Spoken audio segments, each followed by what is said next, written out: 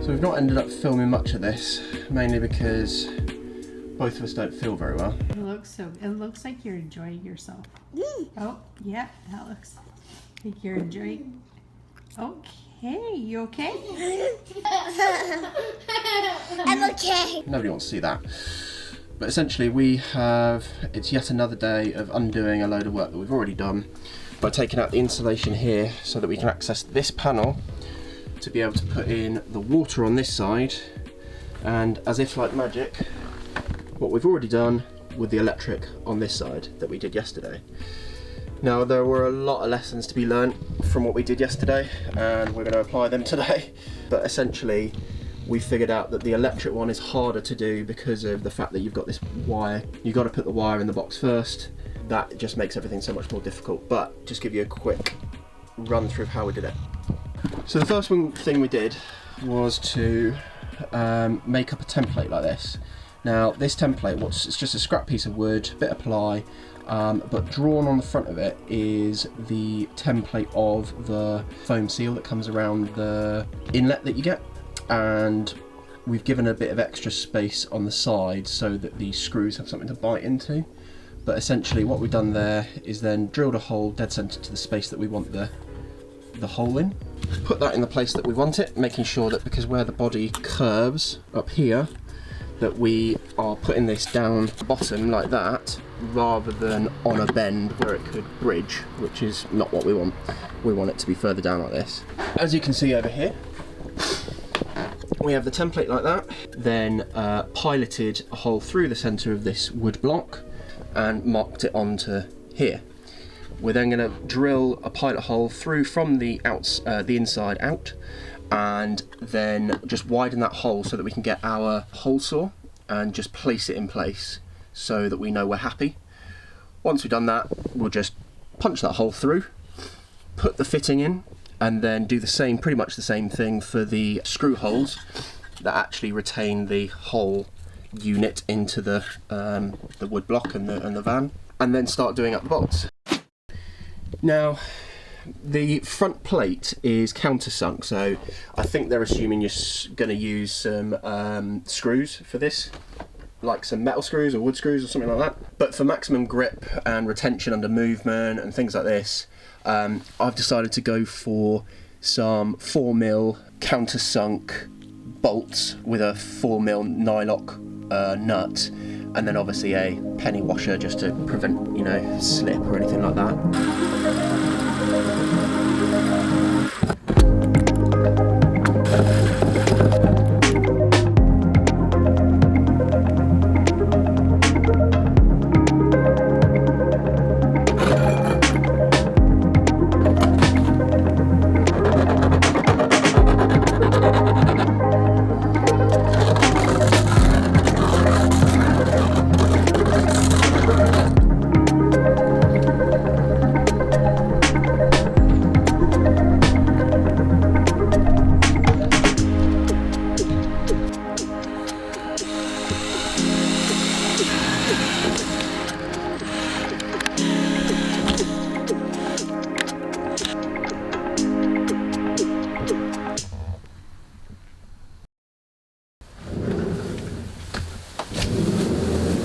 When's it going to start getting warm again? I long for those warm mornings. Anyway, in the last episode you saw us do the ceiling and you saw us do some of these cupboards. Now they're all complete, we're going to start moving on to the walls. Now the walls, we have decided to go for 5mm ply. Unfortunately where we got our wood they didn't have any 5mm, so we've had to go up to 5.5mm. That's going to add a little bit extra weight, but it's also going to add a little bit of extra rigidity to the wood. So I'm not crying over that. We decided which way we are going to have the wood so that we can have as fewer joins as possible, or where we do have joins, have them in discrete areas so that they just don't look out of place. In terms of sticking it onto the wall, we are using 25mm screws straight through the 5.5mm ply and into the 25mm batten. Obviously don't want to go any further than 25mm batten, otherwise then we're going to start risking cold bridging. So we're about to put the ply up onto the walls and we're going to fix them into these battens. We're just going to screw them straight into the battens. These battens themselves are screwed into the body of the van, and because we've already vapour barriered over the top of everything and foil taped over the top of the battens and the screws that are holding the battens in, we don't know where they are. So all we've done, to avoid screwing through the ply and into the top of a screw head, we've got like a little magnet, one of these neodymium magnets, and all we're doing is put them up against the batten here and moving it over until it touches the top of the screw head, and then it'll stay there and we know to mark it underneath. The foil tape is not magnetic, so it'll only attach to where the screw head is, with a marking on top of it and then moving down further to the next one. When we have marked all of them, it means that when we put the ply up on the walls, we're not going to screw through the ply and hit a screw, and then we're left with a hole in the ply that we need to fill.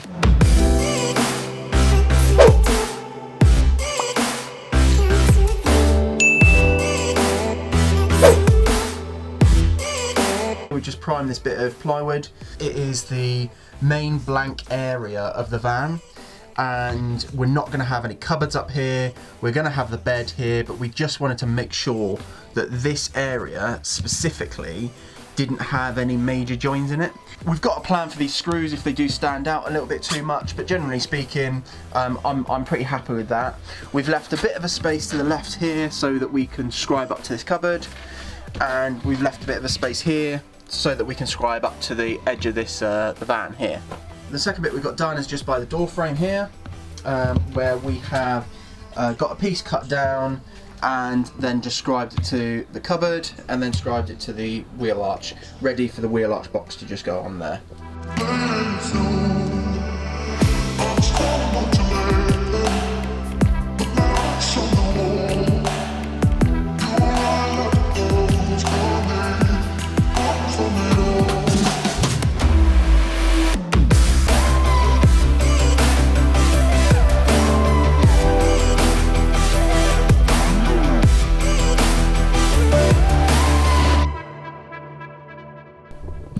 So sorry about that, I actually lost you for a couple of days because the system partition on my NAS actually failed. What are you laughing at? This flipping circuit board, Jen.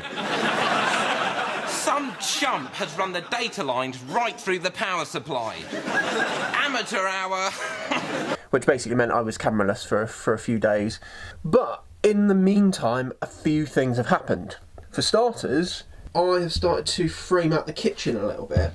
Now, I've got started on a bit of a kick plate down here, and then this is the boxing for our fridge. This is the perfect size for our fridge, and what I've done is you can buy the flush mount trim for your Dometic fridge, but really all it is kind of like this. So I just did it myself really. This is going to be painted, but I've just set it so that the door can open fully, or pretty much fully. It can open to sort of like this degree. There'd be no case where I'd need it to fully swing open rather than open to here. So what we're going to do, we just needed it to open more than 90 degrees. And then we're going to have some drawers on top of it. And on the side of that is a little bit of something special. Don't know whether to show you or not. Yeah, go on. It's always a bit of a question what to do with this section here. What do you do? Do you leave a gap? Do you put some drawers? What do you do with the step? All that sorts of things.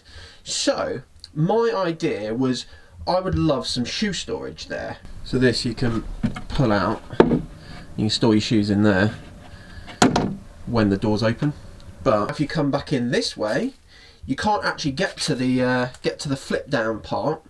So I came up with this. Is a locking mechanism for this, and it just slides out, and now you can get to your shoes as much as you need, and then it just goes back in and locks in place. This is now completely locked in place. It means that when we brake and when we accelerate, this thing's not going to come shooting in and out of the slide. I've got the other box here that needs to go in the top, and unfortunately I had to cannibalise two different types of runners. So I've got a undermount runner at the bottom, and then I've got a normal runner at the top, normal heavy duty detachable runner at the top. But it means that I've now got two separate runners that I can't do anything with. So I might put that one on here just as like a, you know, extra heavy duty sort of backup. There are going to be some drawers here as well. So there's a little bit of a gap here. So there's going to be some drawers there, which is potentially going to be like, I don't know, cutlery or odds and sods type drawers. And the other thing is, Emily has started to frame out these trims for around the bulkhead sort of picture window. She's been getting used to having to cut 45-degree angles on the miter saw, but they're all clamped on there at the minute, just waiting for the glue to set, and then we'll get going with the top one.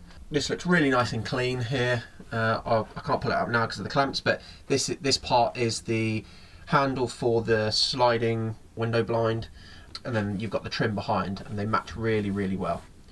They look great from the front as well.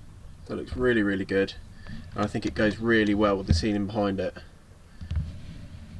I think it looks absolutely cracking. Well done, Emily.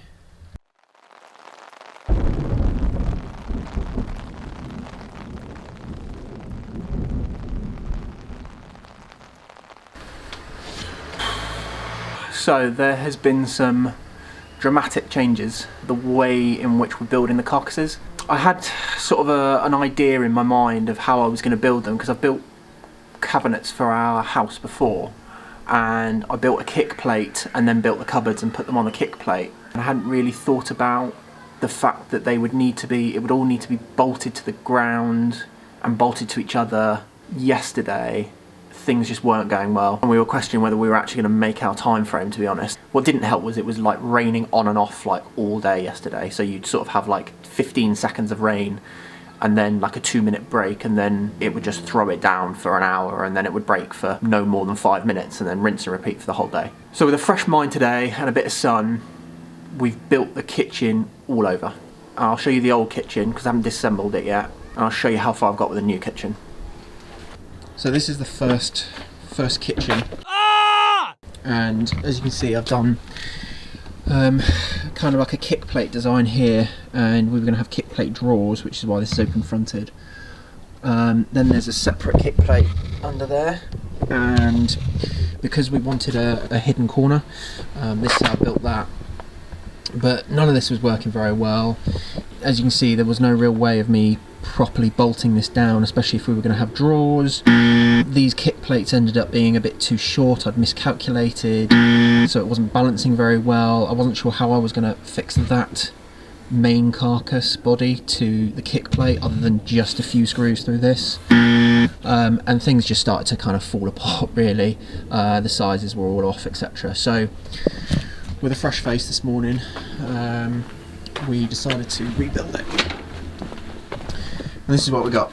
So instead, I've built out this main carcass with the kick plate included, and then used the straps across to keep it all together, and then built a second part. So this face here, and then strapped it into the main sort of box, and then all I have to do is kind of fill in this gap. We've talked it through as to how we're going to be able to access that blind corner, so I'm fairly confident to be able to build this now. But this is much better.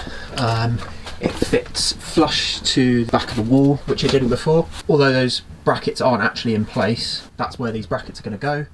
I'm going to be able to put a kick plate face on the front, very last thing, so that if we need to access the brackets or anything like that, then we can. And it also means that if in the future at some point we want to put some drawers in, we can. And then we're going to have, to hide all the insulation, we're going to have a back that screws against these plates as well. So yeah, I'm much happier with this. It's a relief, to be honest, and it's a lot more structural than it was before. Everything was really wobbly before. So yeah, let's get on with this bit here.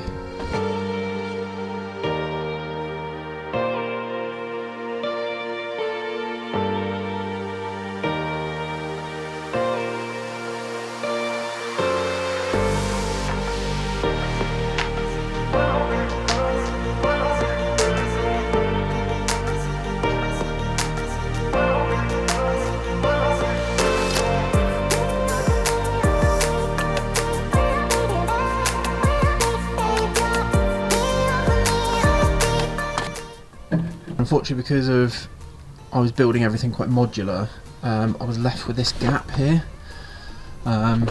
so I didn't really know what to do with that. And so what I did was I just built a wine rack, which looks like this. This pot in that I made, all it is a piece of ply with some 45-degree angles with an opposing 45-degree angle, screwed and glued from both sides, and then notched out so it fits this part perfectly. And solder it in there. And then this is just a support batten, so that when I put this back,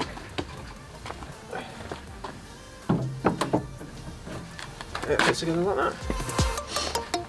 Essentially, there's 3 slots, so one here, and one here, and they've all got a little backstop at the back, so you're not going to lose your bottle down there. I don't know what I'm going to do with this just yet, and I think I'm going to have a drawer just here, like maybe like a toothbrush kind of drawer like that, because we don't have anywhere else to store that. Here there's going to be a shelf here, and this spot was perfectly made so that it would fit our air fryer, so obviously you're going to have to pass it through there and then store it at the back like that.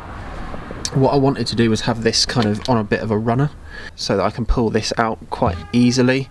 We're just running out of time, and I think it would be simpler if we leave it as it is, unfortunately. So to be fair, pretty much got the cabinets together now. Carcasses are pretty much all complete. I mean, I've got one more around here, which will sit sort of approximately like this. My driveway is nowhere near straight, so there's a big gap where that is bending that way and that bending that way, but they do sit straight.